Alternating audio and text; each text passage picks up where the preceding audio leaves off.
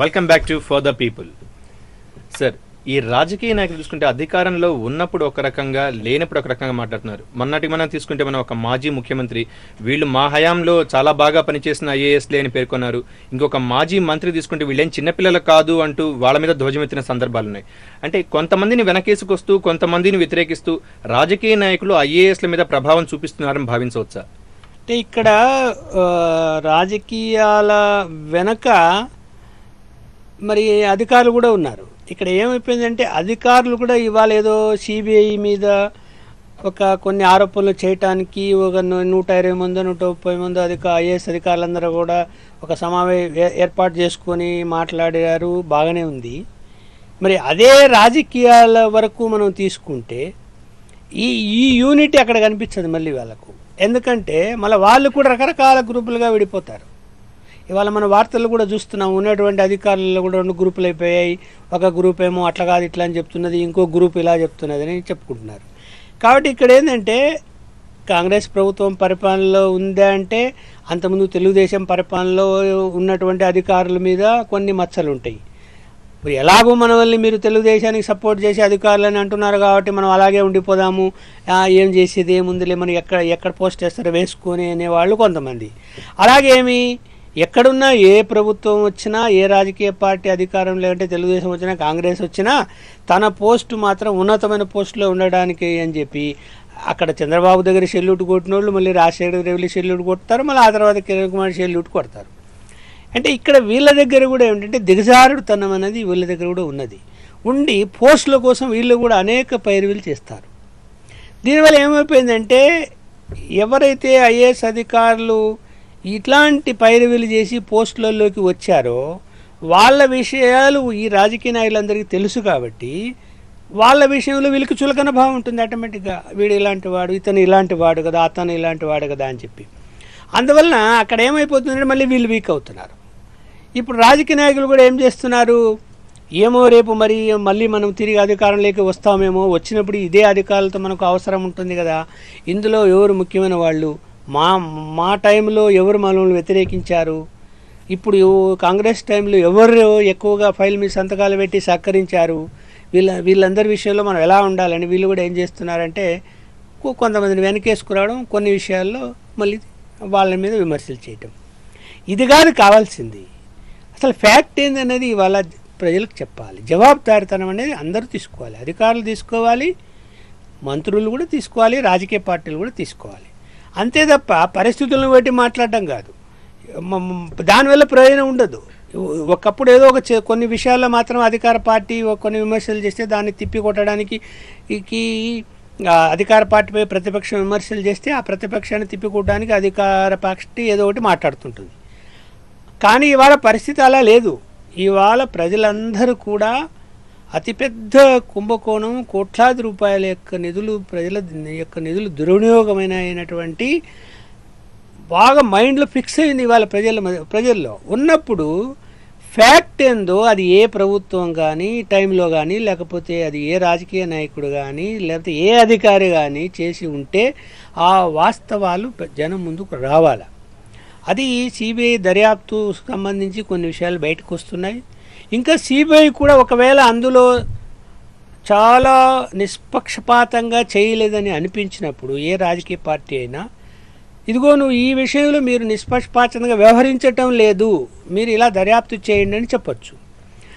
అలాగే అధికారుల విషయంలో కానీ లేకపోతే మంత్రుల విషయంలో కానీ మరి ఎక్కడ సిబిఐలో ధైర్యంగా చేయలేకపోతున్నది కొందరి విషయంలో అంటే దానికి కూడా సలహా చెప్పచ్చు తప్ప ఒక ఇన్స్టిట్యూషను ఇవాళ అతిపెద్ద కుంభకోణాలను వెలుగులే తీసుకొచ్చు వాళ్ళకి రాత్రింబగళ్ళు పనిచేస్తూ ప్రయత్నాలు చేస్తూ ఉన్నప్పుడు మరి దాన్ని పనిగట్టుకొని ఆ ఇన్స్టిట్యూషన్ను దెబ్బతీసే విధంగా ఎవరు మాట్లాడరాదు.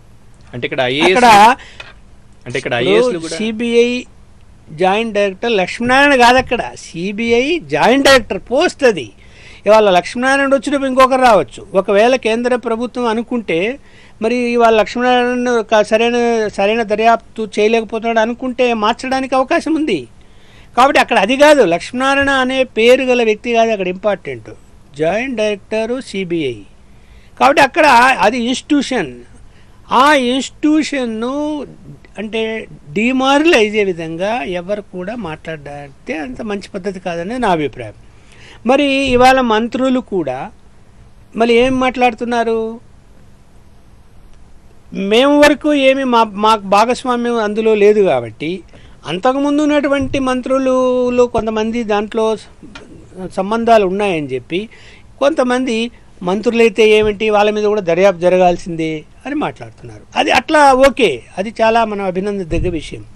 కానీ ఆ మాట్లాడే మంత్రులు కూడా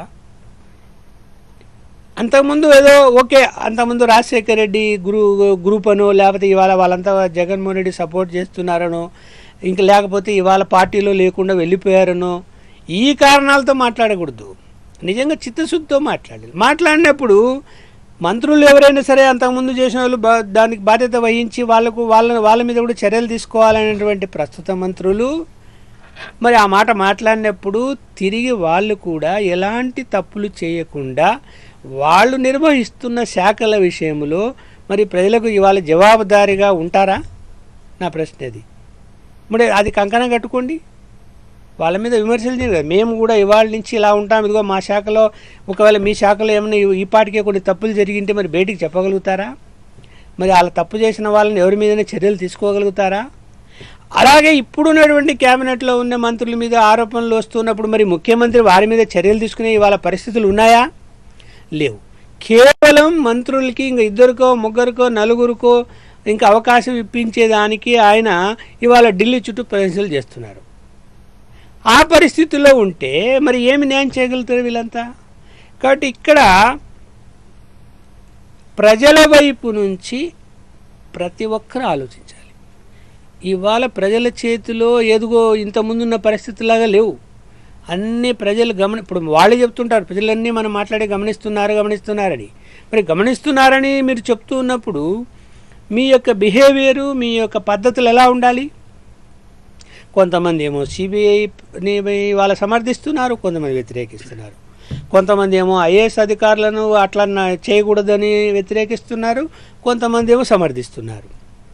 అంటే ఇక్కడ మళ్ళీ వీళ్ళ యొక్క రాజకీయాల గురించే వీళ్ళు ఆలోచించి రాజకీయ ప్రయోజనాలు ముందు ఎట్లా ఉండాలనే దాని మీద దృష్టిలో పెట్టుకొని మాట్లాడుతున్నట్లు కనిపిస్తున్నదే కానీ నిజంగా ఈ కుంభకోణాల విషయంలో వాస్తవాలు బయటికి రావాలి, అవి ప్రజల ముందు పెట్టాలి అన్న భావన ఎంతమందిలో ఉంది? అది పెద్దగా కనిపించడం లేదు. రాజకీయ కోణంలోనే వాళ్ళు ఆలోచించుకుంటున్నారు అందరు కూడా. కానీ వాస్తవాలు మనం ప్రజల ముందు ఉంచి మనం జవాబుదారీగా నిలబడాలా అని మరి ముందుకు రావాలి కదా, రావటం లేదు.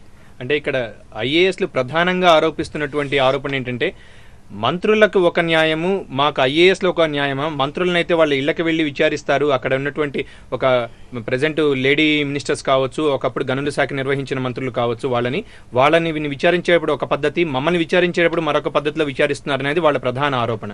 అంటే ఇక్కడ మంత్రులు అయినంత మాత్రాన విచారించటానికి వాళ్ళు మంత్రుల్ని పిలిపించి విచారించాలను, అలా అధికారులు అయినంత మాత్రాన అధికారులను పిలిపించి విచారించాలన్నది కాదు. ఇక్కడ ఎలా ఉంటుంది, తమ యొక్క దర్యాప్తు ముందుకు సాగాలి అంటే సంబంధించినటువంటి అధికారులు ముందు ముఖ్యం. అక్కడ అధికారులు చెప్పేటువంటిది దాన్ని బట్టి ఫర్దర్ ఏం చేయాలన్నది సిబిఐ నిర్ణయించుకుంటుంది. అది మంత్రి యొక్క తప్పిదం ఉందా లేదా అని. ఓకే, మంత్రి యొక్క తప్పిదం ఉందని తేలినప్పుడు మంత్రులను విచారించాలి అంటే మంత్రిని పిలిపించి కూర్చోబెట్టుకొని విచారించినా, మంత్రి దగ్గరికి వెళ్ళి విచారించినా పెద్ద తేడా ఏం లేదు ఇక్కడ. కాకపోతే అంటే ఆ మంత్రి పదవి అన్నదానికి ఇంకొక హోదా, గౌరవం ఉంటాయి. ఇప్పుడు తప్పనిసరి ఇంకా ఆ మంత్రి కూడా కేసులో ఇన్వాల్వ్ అయిపోయిండు, ఇంకా మేము తప్పని పరిస్థితిలో ఉన్నాం, ఇవాళ రేపు అరెస్ట్ చేయబోతున్నామని పోలీస్ అధికారులు అంటే దర్యాప్తు సంస్థలు తెలియజేసినప్పుడు మన కేంద్రంలో అందరినీ చూసినప్పుడు ఏమైపోయింది, వెంటనే రాజీనామాలు చేసిన తర్వాత వెంటనే అరెస్టులు చేశారు. కాబట్టి ఇక్కడ ఒక అండర్స్టాండింగ్ మీద నడుస్తుంది. ఇప్పుడు పోనీ అధికారులను వాళ్ళ దగ్గరికి వెళ్ళి విచారించాలి, ఓకే, దాన్ని అంగీకరిస్తాం. మరి ఎంతమంది అధికారులు ఇప్పుడు ఈ యొక్క సిబిఐ దర్యాప్తులో పేర్లు ఉన్నాయని తెలిసిన తర్వాత ఇదిగో మీరు నన్ను విచారించండి, నా పేరు మీ దగ్గర ఉంది, నేను ఇన్ని గంటలకు నేను ఆఫీసులో ఉంటాను, లేదు ఇన్ని గంటలకు నేను ఇంట్లో ఉంటాను, మీరు వచ్చి విచారించండి అని సిబిఐకి తెలియజేసింది ఎప్పుడన్నా? వీళ్ళ అధికారి కోసం ఎక్కడున్నారని విచారణ మొదలు పెడితే ఒకరేమో ఎక్కడో విశాఖపట్నంలో శ్రీకాకుళంలో గుడిలో పూజలు చేసుకుంటా, ఇంకొకరేమో ఎక్కడో బెంగళూరులో ఎవరో స్వామీజీ దగ్గరికి వెళ్ళి, ఇంకొకరేమో ఢిల్లీలో వెళ్ళి అక్కడ పైరువేలు చేసుకుంటూ ఉంటే వీళ్ళు ఎప్పుడు వాళ్ళు విచారించాలా? ఒకరేమో సుదీర్ఘ సెలవులో వెళ్ళిపోతారు, ఎక్కడున్నాడో తెలియదు, అస్సాంలో ఉన్నాడా ఇంకా ఎక్కడ ఉన్నాడో చైనా బార్డర్లో తెలియదు. ఈ పరిస్థితులలో వాళ్ళు ఏదైనా వ్యవహరించి ఉండొచ్చేమో కానీ సిబిఐ, అంతే తప్ప మామూలుగా అయితే వాళ్ళని ఇక్కడికి పిలిపించి ఏదో చేయాలా అని చేశారు అన్నట్టుది ఏం కనిపించడం లేదు. వాళ్ళ యొక్క బిహేవియర్ బట్టి అధికారులు ఎట్లా నడుచుకుంటున్నారో దాన్ని బట్టి వీళ్ళు నడుచుకొని ఉంటారేమో నేను భావిస్తున్నాను. మరి ఇవాళ ఎల్వి సుబ్రహ్మణ్యం టీటీడీ ఈవో ముద్దాయిగా పేర్కొన్నారు కేసులో. మరి ఆయన టీటీడీ ఈవోగా అక్కడ పవిత్రమైన ఆలయంలో ఉన్నాడు. నేను ఈ ఆలయంలో దేవుని సాక్షిగా చెప్తున్నాను, ఏం తప్పు చేయలేదు అన్నారు. మరి ఏం తప్పు చేయలేదు ఆయన అనుకున్నప్పుడు మరి సిబిఐకి మీరు నన్ను ఈ విధంగా ముద్దాయిగా పేర్కొన్నారు, మరి నేను ఎలాంటి విచారణకైనా సిద్ధంగా ఉన్నా, మరి ఇన్ని గంటలకు నేను ఆఫీసులో ఉంటాను లేకపోతే ఇంట్లో ఉంటాను, మీరు రండి, లేదు నేనే మీ దగ్గరికి వస్తాను, ఎన్ని గంటలకు రావాలో చెప్పండి అని ఏమైనా చెప్పగలుగుతున్నాడా? దేవుడు నన్ను కాపాడుతాడు, ఇట్లాంటి మాటలు మాట్లాడుతున్నారు. ఇక్కడ ఈ మొత్తం వ్యవహారంలో రాజకీయ నాయకులకైతేనేమి, ఐఏఎస్ అధికారులకైతేనేమి దీని మీద మీరిచ్చే సలహా ఏంటి సార్? అంటే ఇక్కడ మంత్రులు కానీ అధికారులు కానీ ఇట్లాంటి ఆరోపణలు, ఇవి చిన్న చిన్న ఆరోపణలు కాదండి, తేలిక కొట్టి పక్కన పడేయటానికి వేల కోట్లకు సంబంధించిన ఆరోపణలు ఇవి. ఎవరి సొమ్మది? ప్రజల సొమ్మది. ప్రజల సొమ్ము ఇలా దుర్వినియోగం అయినప్పుడు ఇది చిన్న చేప, పెద్ద చేప, కోటి రూపాయల, 100 కోట్ల, ఇవన్నీ అనవసరమైనటువంటి ఆర్గ్యుమెంట్స్, దానివల్ల ప్రయోజనం ఉండదు. ఈ వేల కోట్ల ఆరోపణలు ఇవాళ వచ్చి దర్యాప్తు కొనసాగుతూ ఉన్నప్పుడు మీరు మంత్రులు కానీ అధికారులు కానీ మీ మీద వాళ్ళు ముందే సిబిఐ తెలియజేస్తున్నది లేఖల ద్వారా, మీ మీద ఇలాంటి ఆరోపణలు వచ్చాయి, మీరు దీనికి ఏం సమాధానిస్తారు, లేకపోతే మీరు రండి మా దగ్గరికి ఇలాంటి అని చెప్పి తెలియజేస్తున్నది కదా. నోటీసులు పంపిస్తున్నప్పుడు మరి మీరు సహకరించాలి కదా, నువ్వు తప్పు చేయనప్పుడు. కాబట్టి ప్రజలకు జవాబుదారిగా మీరు ఉండాలి కదా.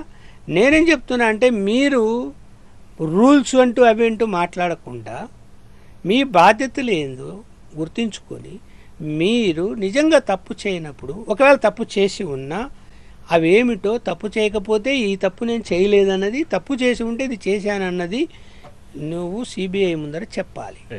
మంత్రులైనా చెప్పాలి, వీళ్ళు వాలంటరీగా చెప్పాలి, ఇంకా అవసరం లేదనుకుంటే. ఇప్పుడు వాళ్ళు పిలిచిన తర్వాత మీరు ఇదిగో నేను మంత్రిగా నేను మీ దగ్గరకు వచ్చి చెప్తాను, వెళ్ళు, లేదు మీరు రండి ఇక్కడికి నేను చెప్తాను, నేను ఎంతవరకు నా బాధ్యత ఉందో మీరు పరిశీలించండి అని అనాలి కదా.